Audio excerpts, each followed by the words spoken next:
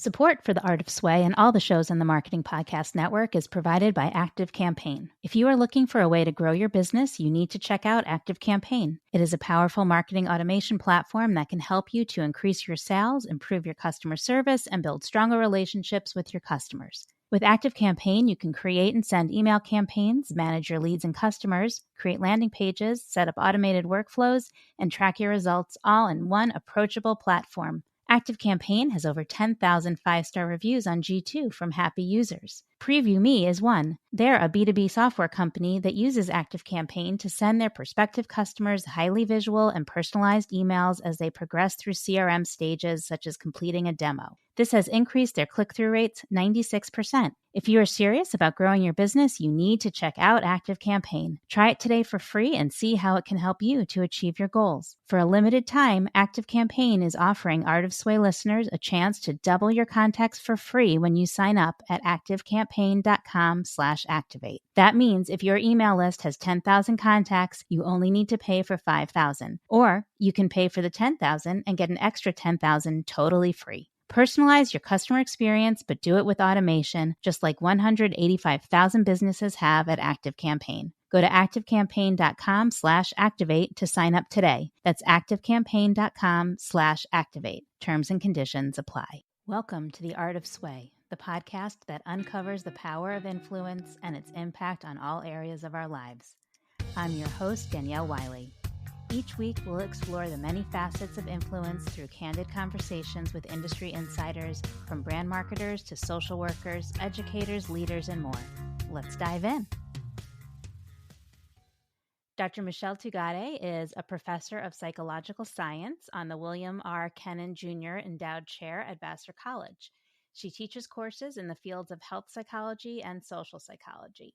As a researcher, she directs the Effective Science and Resilience Laboratory at Vassar College, where her students and collaborators conduct research on positive emotions, coping, and resilience. She is dedicated to sharing science with the broader community through public talks, keynote lectures, and workshops that focus on the topics of mental health, well-being, education, and women's leadership.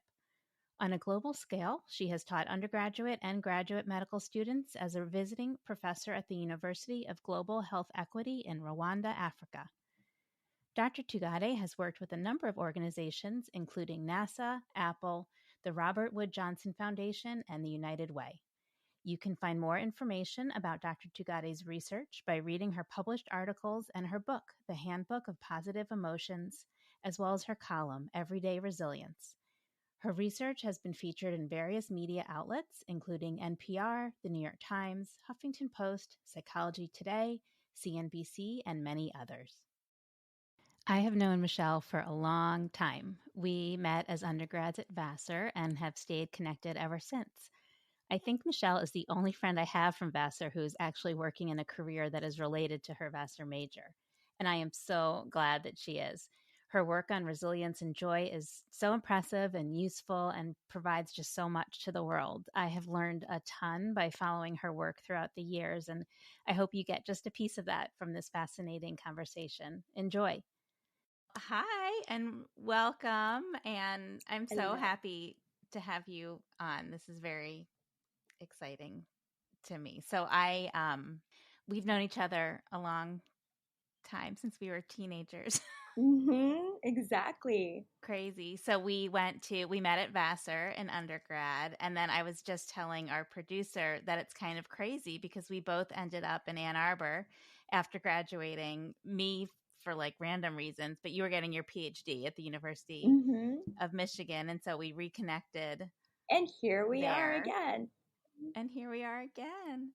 So for those, our listeners aren't lucky enough to know you and have, to have been able to follow your whole journey as it was happening. So it would be great if you could kind of share your path from just how you've kind of ended up where you are and doing the really interesting work that you're doing, which I'm very excited to dive into. First of all, thank you so much, Danielle, for inviting me. I love that we are reconnecting again and again and again. It just speaks to the beauty of our friendship. And so I'm really excited to be a part of this. As you mentioned, we started, our connection started at Vassar, where we were both undergraduates. And at the time, I'm from San Francisco, California, so undergrad was, a clear across the country. And what got me interested in psychology was doing research at Vassar. And I started to do research on the psychology of depression, actually. So I was interested in looking at the negative consequences and how people cope with their depression, looking at two different styles of coping. One was on distraction, going out and going to a party or reading something. So that's a healthier form of coping with depression, going to exercise. And another form, which is the negative downward spiral coping style of depression, was rumination. So in that work, I discovered that there's yet a third category of individuals, which are resilient individuals. So my interests that I do to this day started at that point. So for graduate school, I went where we met again at University of Michigan Yep. and Ann Arbor. And at the time, the field was just starting to study what's called positive psychology. And up to that point, a lot of psychology was focused on the negative ailments that people experience, the disorders and the troubles that people experience. And of course, it makes sense because that's what we're trying to help people alleviate. But there's an entirely other aspect of our human experience, which are the positive emotions like joy, love, contentment, exuberance. And that is what I really wanted to study. So a lot of the work that I did there was looking at the intersections between positive and negative emotions. And that is, some of the work that I started there is what I'm doing today, that looking at how positive emotions like joy and gratitude can help fuel our ability to cope with stress. After grad school, I did my postdoctoral work at Boston College, where it was Okay. funded by the National Institute of Mental Health. And we were looking at the time, modern technology was using beepers and handheld computers. It was before apps were in our existence, but we were looking at how to tap people to run experiments out in the world, not in a laboratory, but as you're walking around in your daily life, which we're so used to now, carrying our smartphones. Yeah. And it would beep people, and we would ask them how they were feeling at the moment, and looking at a number of different aspects of their lives, like how socially connected they were, how are they coping in different contexts. And so that really inspired me to think about, well, what do we do out in the world with our emotions? Does some of the laboratory studies that I've done actually translate when we're living our lives? After my postdoctoral fellowship, I was on the market to look for a job, and my dream job, Vassar College, was available at the time, and I applied, and I'm back where I went to undergrad, and I have the luxury and the gift of being able to teach undergraduates some of the things and inspiring them in the way that I was, and hopefully many other people are, and that's what brings me here today. I selfishly love that you're there because we're friends on Facebook and I think probably Instagram. Can't keep track of where I'm friends with people, but like just to see your photos of your students inside the buildings that I remember being in so well, and just the beautiful scenes from campus. Selfishly, I it's know. nice to get little sneak peeks. It's great to be back, and I feel like everyone's still connected, and that's what's beautiful about it, is that same energy of being together is still translates, to all of the alums and years after. So it's been really great to be here. Yeah. Well, I'm very excited to dive in. So I'm gonna read from my notes because there's a lot of big words, and I want to get your research and your work correct. So your work focuses on the function of positive emotions in the face of stress and adversity, and emotion related processes associated with health and well-being. One of the things that I'm really curious about, just especially after the last few years, and just also being the mom to two Gen Zers, who one of whom everything's always very dramatic. How do we influence and nurture positive emotions when it feels like everything is a dumpster fire? When we were watching the news the other night, and at a certain point I said to my husband, I was like, you have to like, you have to just turn this off. It's like one terrible thing after another, and I need a break. But like, it feels sometimes like we're just bombarded by all of this. So how do Hmm. you get to that better place? Yeah, and totally understandable. Life is so overwhelming right now, and we are inundated with the news that, every single day there's something that we have to hear, and it's all around us, it's weighing on us. And that's something that in the field we call allostatic load. So it's this feeling of, it's just basically what you carry around. Metaphorically, I talk about it as a backpack that we're carrying around, that there's the news media, issues related to the chaos around us, whether it's inflation, political unrest, things based on your identity, racial differences, gender differences, things that may be associated with stigma or other forms of discrimination, a chaotic household. And so being bombarded by this adds weight to this load. And it seems really hard. And as some people have asked, does it seem like out of place to feel positive emotions in the midst of stress? But the benefits are, from the work that I've done, it shows that it's something that actually is really beneficial for us, that they're fleeting, they're short-lived, they're not anything that we focus our attention on, because we focus on negative things because we need to. It's important for us to. But if Mm-hmm. we just train ourselves to take a moment and pause and focus on something that's positive, like the beautiful, a beautiful sunset, or the sense of something like the flowers that are blooming. These micro moments of joy, that I call them in my work, these little things are very transformative, even as subtle as they are, even if they don't take a lot of effort. And the reason for that, the function of positive emotions, when you feel something like joy or interest or gratitude, it actually broadens your scope of attention. So it opens things up for you. And in the midst of chaos or concern or overwhelm, maybe it takes you out to look at the bigger picture. It also builds your personal resources, like your social connections. So if you're experiencing contentment or sharing, a sunset with another person, that gives you a social connection. So you have someone to lean on in times of stress. So being able to just tap into these little moments seem to be able to take you to that place where you can calm the sympathetic nervous system when we're feeling negative emotions like anger or fear. Our blood pressure rises, our skin conductance increases, our heart Mm-hmm. beat really fast.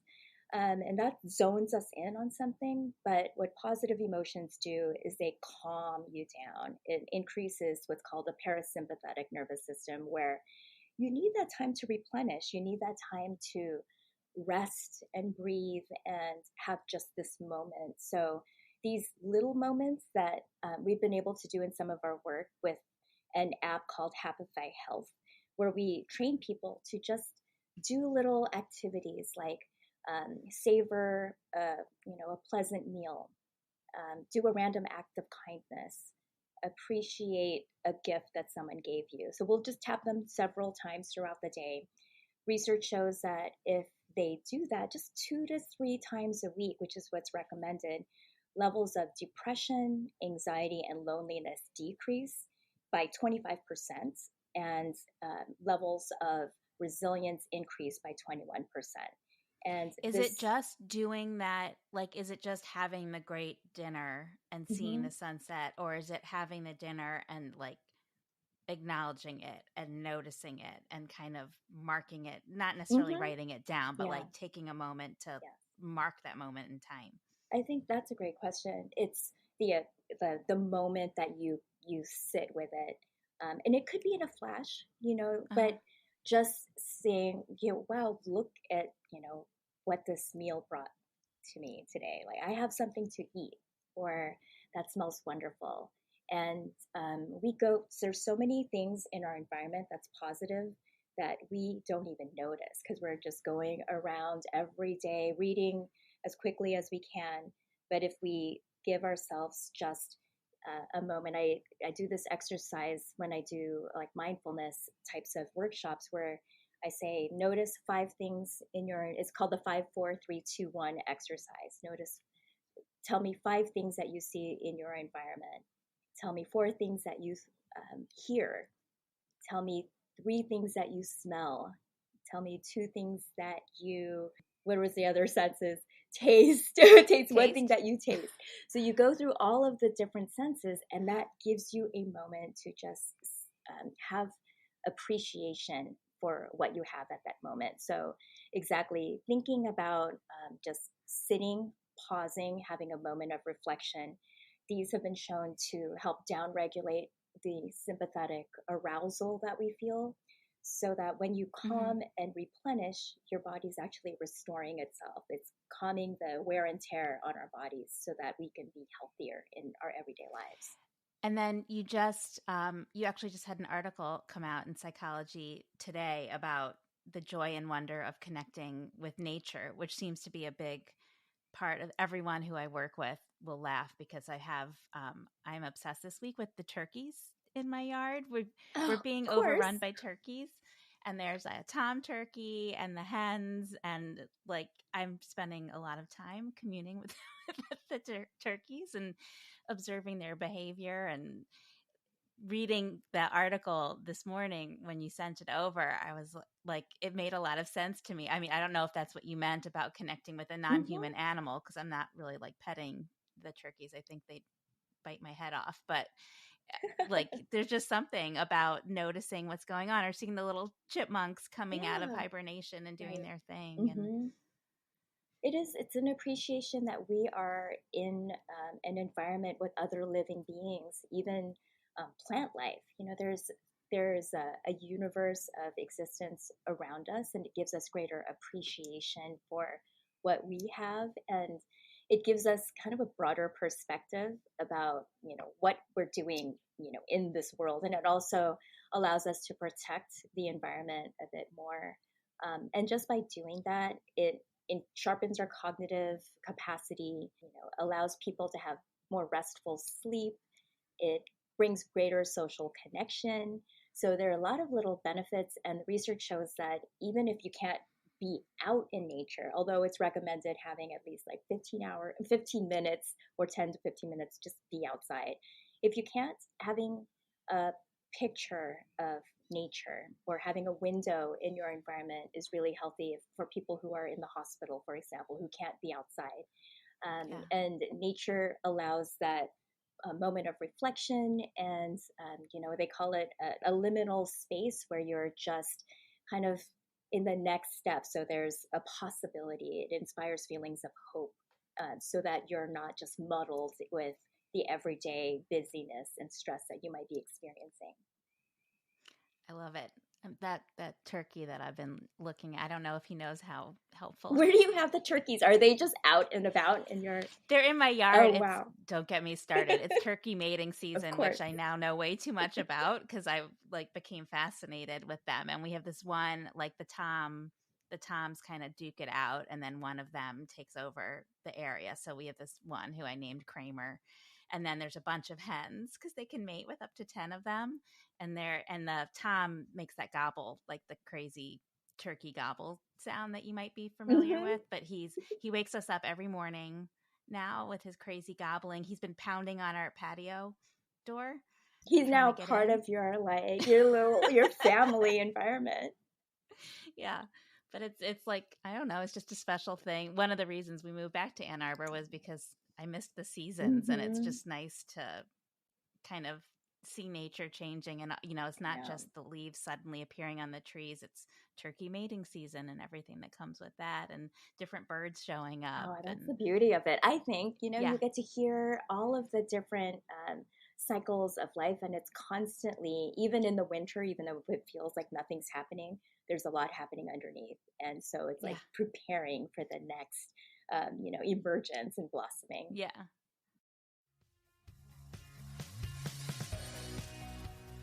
You probably know you're listening to this show along the Marketing Podcast Network, but did you know there are other great shows on MPN to help your business? I'm Jason Falls, and I host Winfluence, the Influence Marketing Podcast. Now, you'll note I didn't say influencer marketing. I said influence marketing. Why? Because the goal is to truly influence an audience to take action. We talk about the strategies and stories that move beyond engaging just social media influencers and tap into your community to find influential voices. It's a different way of looking at it. We call it community commerce marketing. Influencers are still a piece of it, but there's so much more. I talk to creators, brand and agency side marketers, and the thinkers in the space to help grow your business. Come learn with me on Winfluence, the Influence Marketing Podcast. Find it at winfluencepod.com, marketingpodcasts.net, or search for Winfluence wherever you get your podcasts.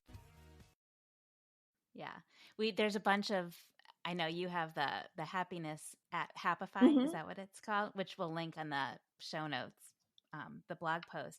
But some of the apps that I use just like for nature stuff, they're plant apps, and you can take pictures of different trees and leaves, and it helps you identify what the plant is. Yes. And then for the birds, we use Merlin, Mm-hmm. which is from Cornell University, and you can take a picture of a bird, or you can turn your microphone on and it identifies the birds based on their sound. And it's just like another way to connect a little bit Exactly. deeper with everything. I that's love going that. on. Is it called Picture This, where you could take a picture and find out the plants. Uh-huh. And definitely I do Merlin. Sometimes I'm surprised at how many different species of birds are in my yard. It's wild. Yeah. Another app that I was told by someone who came to one of my talks is called Girl Trek, where you're out in nature with someone. So there's a social connection aspect of it. So you're experiencing it together, and you're talking to each other and noticing things while you're doing a hike together. I like that one. Yeah, I want to try that. So getting away from my turkeys, which I could talk about them all day. But just since we are now, it seems, finally coming out of this pandemic, I'm just wondering how, because everything kind of changed, just the way we work, the way we live, how we were connected to our homes, how we connected to each other, just feelings of mortality, like so much happened with that. And it was certainly an awful period of time in a lot of ways. But I'm wondering if there might have been like a positive impact from it, just in terms of people being more willing to kind of learn about resilience and study happiness and kind of dig into themselves, or even with the nature stuff, people planting their own vegetables in their garden, or suddenly understanding how to make sourdough starter. Right. And like, it seems like it wasn't not everything was bad that came out of it. I agree. And that's, one of the silver linings, I think, that happened. One of the, the upside of the lockdown, when everyone had to just be at home and really crave that social connection, where we just wanted to hug one another and just be around each other, and we couldn't. I think it elevated that feeling and desire to be kind to one another, to have compassion for each other. People started to volunteer more, to bring food to the elderly who weren't able to, go grocery shopping. People did dive into a number of different hobbies that they discovered, or created new hobbies for themselves.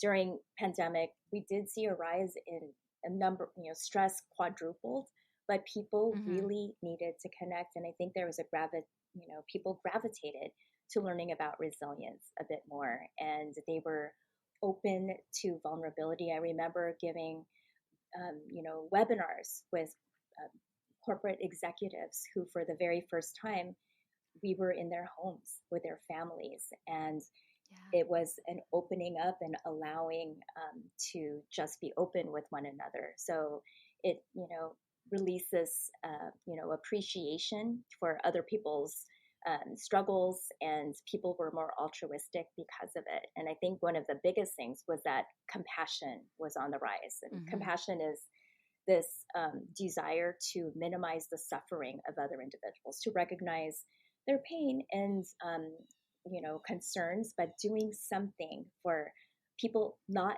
just yourself.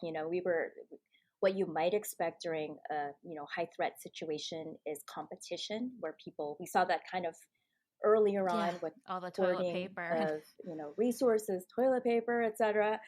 But soon there was a desire to have greater compassion and connect with other individuals in more meaningful ways. And I think that's something that has carried on because people recognize that you can't just even on a global level, everyone is starting to connect more with each other. So not just very centric on your own immediate family, but broadening the scope of generosity to other people as well. And I think it's interesting to me how people, like, their bodies and brains kind of knew what they needed even without being told. Mm-hmm. I think, like, for Vassar at least, like the Facebook groups for people who graduated in the 90s, like those suddenly Mm-hmm. exploded. And then I got reconnected with people I went to sleepaway camp with when I was just a little kid, and we got together to sing camp songs online. And like, there was no manual that said, like, you're stuck at home, you're feeling lonely, you're feeling scared, you need to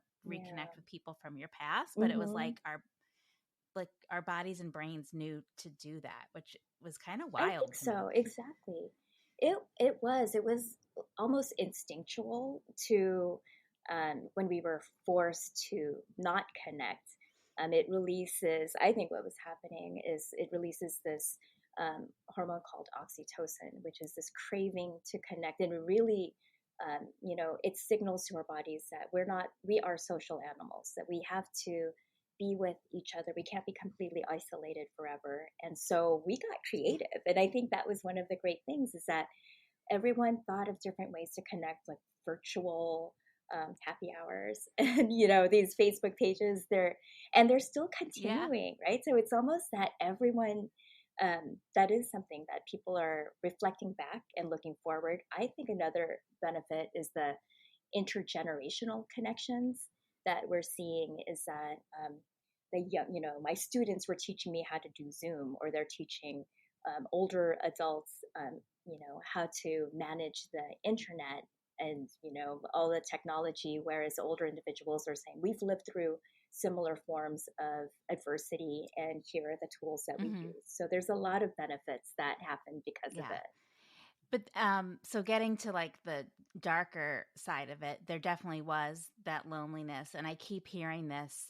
I don't know if it's true or not, but I just saw it again yesterday, and I'd heard about it on a podcast, that loneliness is more dangerous than smoking a half a pack of cigarettes a day. I think that's what the stat is, which is I'm like, I hope that doesn't encourage people to be like, well, I might as well then smoke a half a pack of cigarettes. Right. That's not the message, but it's true. So after the pandemic, there was a rise in loneliness, and the Surgeon General, Dr. Vivek Murthy, just announced recently, maybe last week, that we're in a loneliness pandemic, an isolation pandemic. And I think one of the reasons, and one of the negative consequences of the pandemic, was people were so online that social connection is not what social connection was, or really is, in its full fledged form. So definitely the data suggests that loneliness is equivalent to smoking 15 cigarettes a day, and equivalent to the cardiovascular negative effects of obesity. Wow. So if you think about that, we have to do something about the loneliness epidemic and isolation. So people now feel that just being online and connecting is, one of the consequences. Sometimes they feel like they're connected, but it's not what is known as a meaningful connection, a high quality connection, where you're actually engaging in someone, getting to know them on a personal basis, developing trust, and a number of different shared experiences. So that is one of the things that researchers are starting to look at more, is how to manage this loneliness and isolation epidemic. So they're doing a number of different things to try to understand it a little bit more. how do you develop a more meaningful social connection with other people? There's been a new report that was just released yesterday by the American Psychological Association for Adolescents and how to manage their social media use, because adolescents are at the highest rate of negative mental health consequences like anxiety, loneliness, and depression. So they're recommending a number of different things to monitor social media use, report things that may be harmful to, that they see, so that it's removed from the internet. But also importantly, allowing them to have privacy, because part of that feeling of, disconnect is just feeling that someone's always watching over you. And then the last thing is having meaningful social support. So you're not just in a, connected to others, but there's meaning in the connections you do have with each other. So trying to find ways to make those more high quality, meaningful connections. And I think that I think it's so hard to be young today. I know. But I also think, as someone who's older and has moved quite a bit, it's also hard to make friends and make meaningful connections when you're old. It's not like when you show up at college and everyone's new and you can I remember when I met Yael, who she just walked up to me and introduced herself. Like, that would be kind of weird to do at the age of 49, 50, but that was like normal because everyone was meeting each other. But when you're older, I think Jane Fonda was talking about it in an interview, that she has decided to just ask people, like, really put herself out there when she wants to connect with someone or add them to her friend group and connect, because life's too short. And if you enjoy being around someone, you have to kind of put yourself out there, because you, as an adult, you don't have those natural openings and opportunities to kind of expand your friend group. I think so. And I think that's right. Being able to think of creative ways to do it. There's work on friendships. Like, how do you form friendships when you don't do it the way, like, as you mentioned, when we're younger, you're forced to live together, and you're in a residential college and everyone's just kind of interacting with each other. But we now are so removed from each other when we're online that being able to just find hobbies that are when you have things to do together. They also talk about routines that, maybe an exercise group, or you're going somewhere where you have a shared experience, and that will form those friendships. But they're in a very structured way, but then they emerge to be more authentic after spending some time together. Yeah, it's hard. You have to kind of, I just emailed someone last week who I had met actually through the podcast, and I was like, do you want to hang out? And I was so nervous to do it. I love that. She said, yes, we're going to hang out. Exactly. I was just remembering how you and I did like super early walks with your dog at like in the pitch dark. We just met early in the morning, and we were just, finding a way to connect when we just got back together in Ann Arbor. That's actually how I met Mandy, who's now our CRO. So she runs all the sales and revenue for Sway Group. We met when I was living in Marin County, because I posted on Nextdoor that I needed people to go running with early in the morning at like 5:30, and she was one of my running buddies. And now I see her every day. That's how it happens. I know. I love it. I think I've talked about this before on the podcast, but I do goals for every year. And one of my, I do like a business goal and a leadership goal and a couple personal ones. And my leadership one is to lead with love, and just try to enter into meetings, enter into conversations like from a good place. And before I meet with people, think about what I want to get out of it, and assume the best from people, and just really kind of give people grace and not always go to that negative place, because that's very much on my mind this year, because it's something I'm trying to improve in myself. I was really interested in what you had to share about the science of kindness, and how kindness and resilience are interconnected, and just was very curious to hear more about that. Yeah. First of all, I love your goal for the year, and to lead with love, I think is such a beautiful thing. And I think we need more people like you in the world, for sure, to do that, because it brings us back to our core of what brings, connects us to each other, and what's purposeful about what we do. And it gives us meaning for, things that we contribute to the world. And simple acts of kindness does fuel our ability to be resilient and cope with negative stressors in our lives. So just giving random acts of kindness, that people leave little notes for one another, having these moments of appreciation, like what are you grateful for about with another person that you're about to meet. When I do my classes and I ask them I'm teaching them how to give feedback after presentations, the first thing is tell me one thing you appreciated about the presentation, and then let's dive, let's think about how to improve it. But there's always something good. There's always an element, even if you have to try hard, try to find that. There's some research to show that there's a mindfulness technique called loving kindness meditation, where you think of something kind for yourself, offer something kind for yourself, think about offering, thinking of something kind about another person. You wish happiness on that other person. And the hardest part is wishing peace and kindness to an enemy or someone who may be troubling you for whatever reason. But just by doing that, it actually allows us to have more resiliency in our lives. Other forms of kindness that we've seen is just altruistic acts. So being charitable in your donations with other people. They've done research where you give participants an amount of money, like $20, and you say you can either give it to someone else or keep it for yourself, and no one will know what you're doing with it. And they found that when people donate it or give it, buy a gift for someone else or donate it to a charitable organization, that has a longer ripple effect. So it's a win-win-win situation when you're doing what you're doing at your meetings.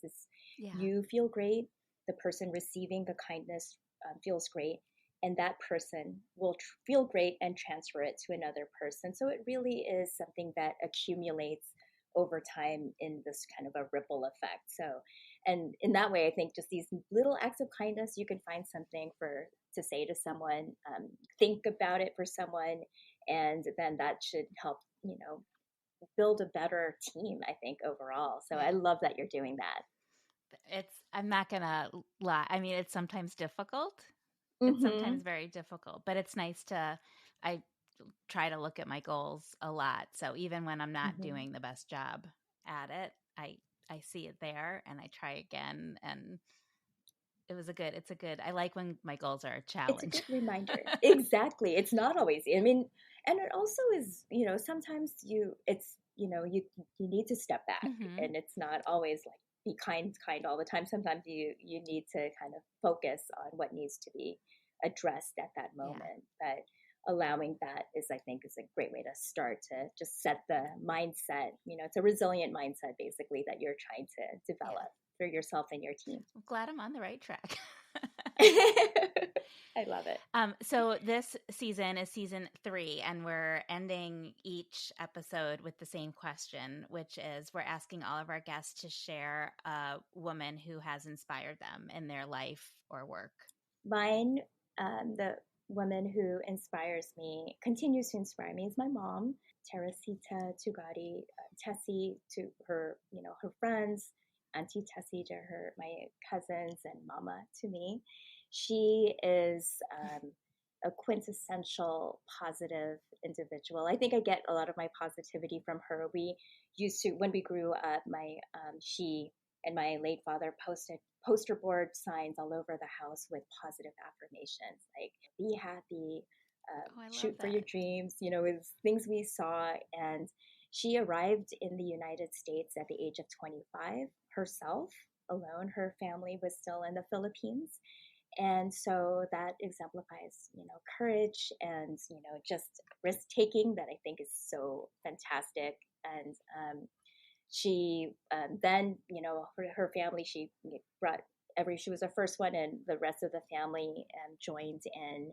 And she's just very positive to this day. Every morning, she'll text me and my twin sister, Ruby, who you also know, a positive affirmation every single day. So, and I think she's a very caring person. During the pandemic, she's an accountant. She went in to help individuals because she knew that finances was of concern for a lot of people and was a stress inducer. So she was there and made sure that they were able to manage that as well. So it really showed that she takes an extra step. So I try to, live that and live with passion and joy because of her every single day.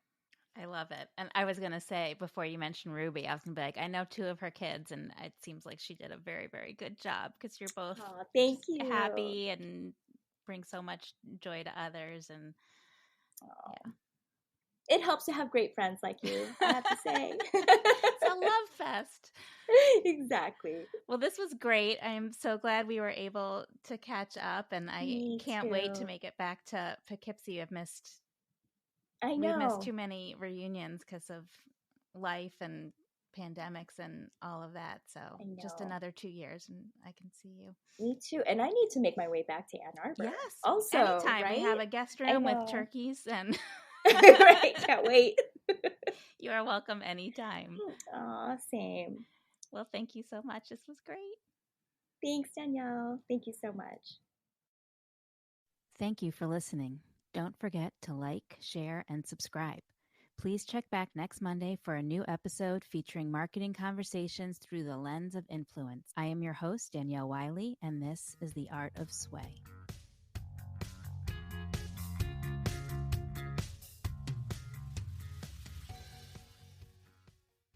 You may know you're listening to this show along the Marketing Podcast Network, but did you know there are other great shows on MPN to help your business? Christopher Hines hosts a great podcast called Founder Success Methods. Chris, tell us what these fine folks will get out of listening. You'll learn how to really grow your startup and get the basic strategies to build a successful company. We show you all the details and all the strategies that you just can't find on Google, YouTube, or even other podcasts. Ooh, we're going to be lined up for this one. Where can people subscribe? You can search for the podcast Founder Success Methods wherever you listen to podcasts, or find me on Twitter at Chris Podcasting. Or go to marketingpodcasts.net. This podcast is heard along the Marketing Podcast Network. For more great marketing podcasts, visit marketingpodcasts.net.